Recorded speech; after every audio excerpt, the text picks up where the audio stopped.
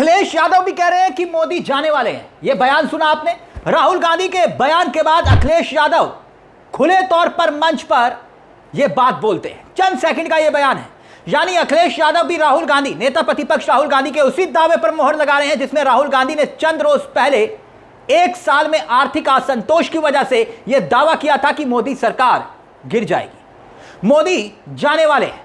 और अब अखिलेश यादव का भी कुछ ऐसा ही दावा सामने आया है। अखिलेश यादव का यह बयान आपको सुनाएंगे। पत्रकार ने क्या सवाल पूछा और अखिलेश यादव ने क्या जवाब दिया, और क्यों जो खबरें आ रही हैं वो आर्थिक लिहाज से भारत के लिए बहुत बड़ा झटका साबित हो रही हैं। ये खबरें देखिए आपकी स्क्रीन पर है। जानते हैं इस खबर में क्या है? ताइवान जो छोटा सा मुल्क है भारत के आगे, और वो भारत से आगे निकल गया। यहां पीएम मोदी पता नहीं कब तक एआई समिट के आयोजन को लेकर खुद के मुंह मियां मिट्ठू बनते रहेंगे। और वहां ये खबरें आ रही हैं हकीकत में कि दुनिया में एक बहुत छोटे से देश ताइवान ने हमें पीछे छोड़ दिया। ये खबरें आपके सामने हैं। ताइवान का शेयर बाजार हमसे आगे निकल गया। मार्केट वैल्यू भारत से ज्यादा ताइवान की हो गई। कितनी ज्यादा हो गई आंकड़े आपको दिखाएंगे, क्योंकि राहुल गांधी और अखिलेश यादव के इस बयान से यह खबर जुड़ती है। ताइवान छोटा सा देश है और करीब 2 करोड़ 30 लाख इसकी आबादी है, और हम 140 करोड़ से ज्यादा की आबादी। और ताइवान का शेयर बाजार हमसे बड़ा हो गया। कितना बड़ा हो गया आगे आपको दिखाएंगे, मगर पहले राहुल गांधी और अखिलेश यादव का यह दावा, यह बयान जरा सुनिए क्या कह रहे हैं सपा प्रमुख अखिलेश यादव कि मोदी जाने वाले हैं। सुनिए जरा। एक साल के अंदर मोदी सरकार गिर जाएगी, जिस जनता में बहुत आक्रोश है, इस पर एक तरह का कुछ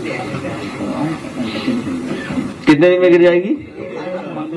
उन्होंने इसलिए ठीक कहा, यूपी में समाजवादी सरकार बनते ही दिल्ली गिर जाएगी।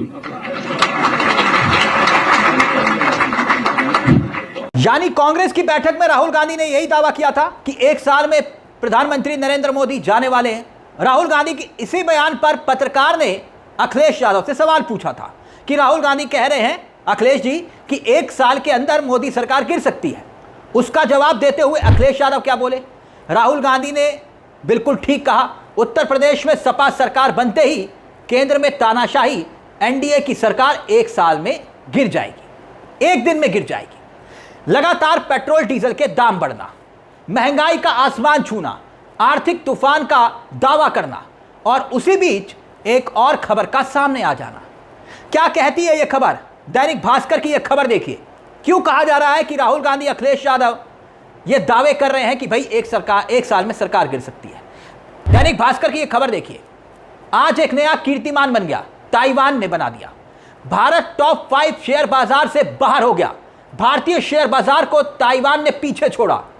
एआई और चिप सेक्टर में तेजी से मार्केट कैप 415 लाख करोड़ पार, भारत की वैल्यू 413 लाख करोड़।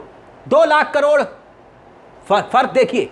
ये खबरें छपी हुई हैं और यहां पर बुलमर्ग की खबर है, और उसी खबर के मुताबिक ये खबर में लिखा हुआ है सोमवार तक ताइवान का मार्केट कैप 4.95 ट्रिलियन डॉलर, करीब 415 लाख करोड़ पहुंच गया, जबकि भारत की वैल्यू गिरकर 4.92 ट्रिलियन डॉलर, करीब 413 लाख करोड़ रह गई।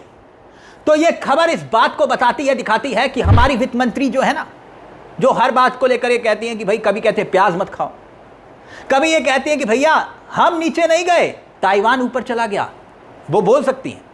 जैसे कई बार वो डॉलर के बारे में मैडम बोल चुकी हैं कि रुपया नीचे नहीं गिरा, ना ना ना ना, वो तो डॉलर मजबूत हो गया। तो ऐसा नहीं है, ताइवान की शेयर मार्केट ही ऊपर चली गई है। जहां ताइवान की मार्केट वैल्यू हमसे ऊपर हो गई है। सिर्फ इतना नहीं, हमारी मार्केट वैल्यू गिरी है, यह भी सच है। आगे खबर यह कहती है, आप देखिए, दुनिया के टॉप 5 शेयर बाजारों में अमेरिका आपको दिखाई दे रहा होगा, चीन, जापान, हांगकांग के बाद ताइवान का नाम इसमें शामिल हो गया, और भारत इस टॉप 5 की लिस्ट से बाहर हो गया। अब आगे आप देख सकते हैं कि 6ठे नंबर पर आपको भारत दिखाई दे रहा होगा। अमेरिका, चीन, जापान, हांगकांग, ताइवान के बाद अब भारत 6ठे पायदान पर चला गया। और छोटा सा देश ताइवान, 2 करोड़ की आबादी का देश ताइवान हमसे आगे निकल गया। सोचिए, दिल्ली जितनी आबादी। और पीएम मोदी लंबी लंबी फेंक रहे हैं। बात सिर्फ शेयर बाजार की मार्केट वैल्यू की नहीं है, बात आने वाले खतरों की है। भारत में सर्विस सेक्टर पर गंभीर खतरा मंडरा रहा है।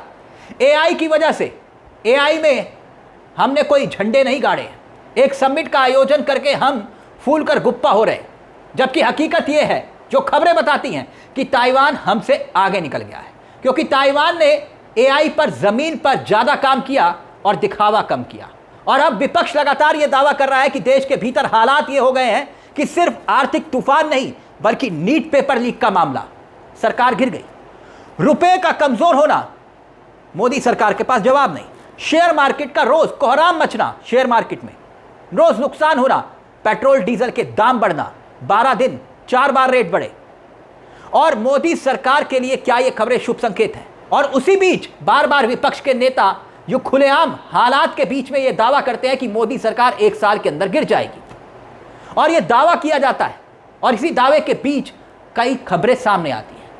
जून के पहले हफ्ते में एक बार फिर से विपक्ष इकट्ठा होने जा रहा है और बाकायदा ममता बनर्जी ने यह दावा किया है, यानी आर्थिक सुनामी के बीच में इंडिया गठबंधन की एकजुटता एक बड़े आंदोलन का क्या कोई संकेत दे रही है? क्या विपक्ष एक बड़े आंदोलन को खड़ा करने की तैयारी में है? और अब ऐसे में आप चिंता मत करिए। जानते क्यों? बाबा बाहर आ गया। आप कहेंगे बाबा बाहर आ गया? 16वीं बार पेरोल मिल गई है बाबा राम रहीम को। प्रधानमंत्री नरेंद्र मोदी आम जनता से अपील करते हैं, पेट्रोल डीजल का इस्तेमाल कम कीजिए। उनकी अपील के बाद लखनऊ से एक वीडियो आया था, याद करिए। कई सारे न्यायिक अधिकारी साइकिल पर कोर्ट जा रहे थे, याद आया? पेट्रोल बचा रहे थे, मुहिम का असर। लेकिन राम रहीम 10 कारों के काफिले के साथ देखिए, हूटर बजाते हुए, आप लोगों को मुंह चिढ़ाते हुए। हत्या और बलात्कार के मामले में सजा मिलने के बाद भी काफिले पर कोई असर नहीं है। देखिए, काफिले में कुछ गाड़ियां ऐसी बताई गई जिसकी कीमत 2-2 करोड़ रुपए है।